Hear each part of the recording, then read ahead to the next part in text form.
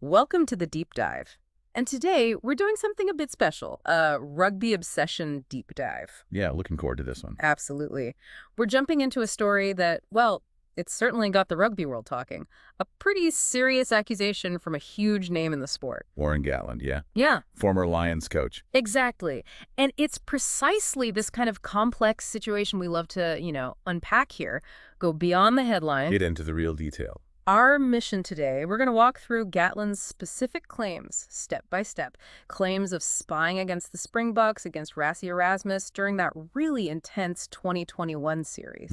Contentious is probably the word for that tour. Definitely. So we want to help you grasp the details, understand the whole atmosphere of that tour, and think about what these kinds of allegations mean in top-level sport. It's a layered story, for sure. It really is. And hey, as we get going, if you love getting into the weeds on rugby's biggest talking points like we do, make sure you subscribe to Rugby Obsession. Yeah, definitely hit that button. You won't want to miss out.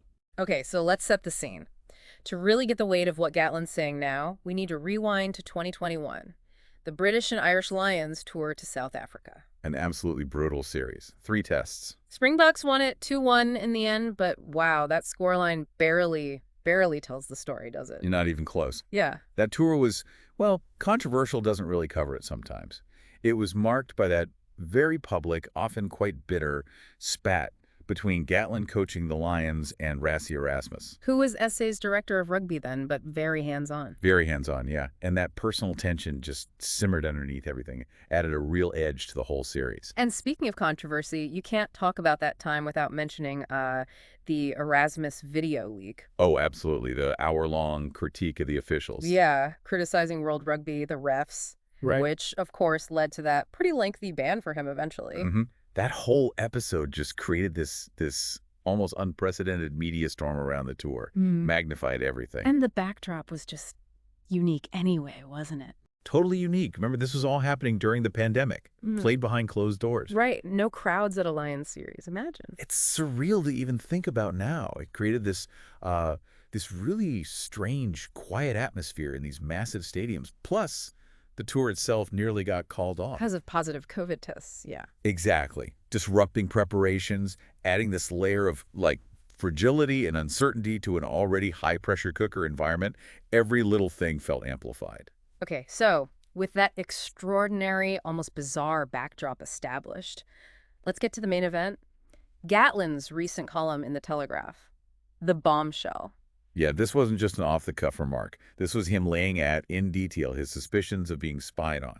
And Gatland's usually pretty measured, so it definitely made waves. So what did he actually say? Where did this feeling start? Well, he wrote that the Lions felt this sense of being watched almost from the moment they arrived and set up base. He specifically mentioned the Arabella country estate near Hermanus. Okay. That's where they were staying. They trained nearby at Hermanus High School, and Gatland says it was there that this feeling of being observed really started to take hold. And were they just being paranoid, or did they take precautions? Oh, they took precautions. He specifically said they had security guards checking out the potential sites where cameras could be placed. So they were actively looking. Well, But he admitted, sort of frustratedly, that there was only so much they could do, implying maybe the watchers were pretty determined or sophisticated. right. So it starts as a general suspicion. When did it become more specific? According to Gatland, things really ramped up during the first test. This is where it gets interesting. Okay. He points to a specific moment. Lucanio Am makes this huge tackle on Elliot Daly. Man and ball. You remember that tackle, yeah. Massive hit. Exactly. But Gatland claims Am seemed to read a move that we had not used before during the tour matches. Something new. Ah, okay, so potentially inside knowledge. That was the implication. Yeah. And here's the kicker. Because the stadiums were empty, They could hear things. they could hear things. Gatland wrote they could hear what was being said in the Springboks coach's box. And even messages being relayed down to the physio on the pitch Wow. What kind of messages? about the moves the Lions were setting up. Gatland said they could hear them calling out the moves that they thought we were doing. So imagine hearing the opposition coaches call out your play before you even run it. Yeah. Especially a new play. Exactly. Talk about unnerve. It's like playing poker with someone who can see your cards. Okay, so that must have really heightened the tension. And wasn't there something about Rassie Erasmus himself? Yes. The water boy incident, as Gatland termed it, Erasmus was acting as a water carrier during the match. Which was controversial in itself at the time, wasn't it? It was. But Gatland focused on the fact that Erasmus was carrying a piece of paper while he was on the pitch. Okay. Now, maybe innocuous on its own, but combined with the overheard calls and the am tackle, the Lions were suspicious. And did anything come of that piece of paper? Well, this is where Gatland claims they got something concrete. He said, one of the photographers got a picture of him holding the page, standing beside Faf de Klerk, the scrum half. Right. And Gatland says, after the game, we enlarged the photo, which showed that there were some of our moves and calls on it. Wow. Okay, that's a very specific allegation. Actual Lions moves and calls on Erasmus's paper on the sidelines. Pretty direct evidence if Gatland's account of the photo is accurate. It moves beyond just suspicion, doesn't it? Suggests a deliberate collection of tactical information. Yeah, absolutely. So after that first test, it sounds like the Lions felt their worst fears were being realized. That's the impression Gatland gives. He said that experience seemed to confirm our fears, and they reacted. Oh, so? They changed how they trained. Gatland stated, we started training indoors in a gym to negate the suspicion we had of being watched, trying to literally hide their sessions. Right, get away from any potential vantage points. But did that work? Did the feeling go away? Apparently not entirely. He wrote, we still felt we were being filmed. The concern shifted, maybe. Shifted how? They started suspecting technology, specifically that they were using a long-range lens to video us from somewhere nearby, even indoors, maybe through windows or finding some angle.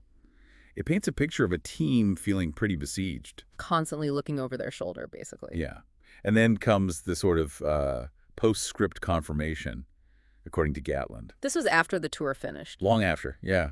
He said, later on, well, after the tour had finished, I talked to someone who was well-connected in South Africa. Okay, an informant, essentially. He doesn't name them, obviously, but this person apparently told him that a house that overlooked our training pitch had been rented for the duration of the series. Oh, wow.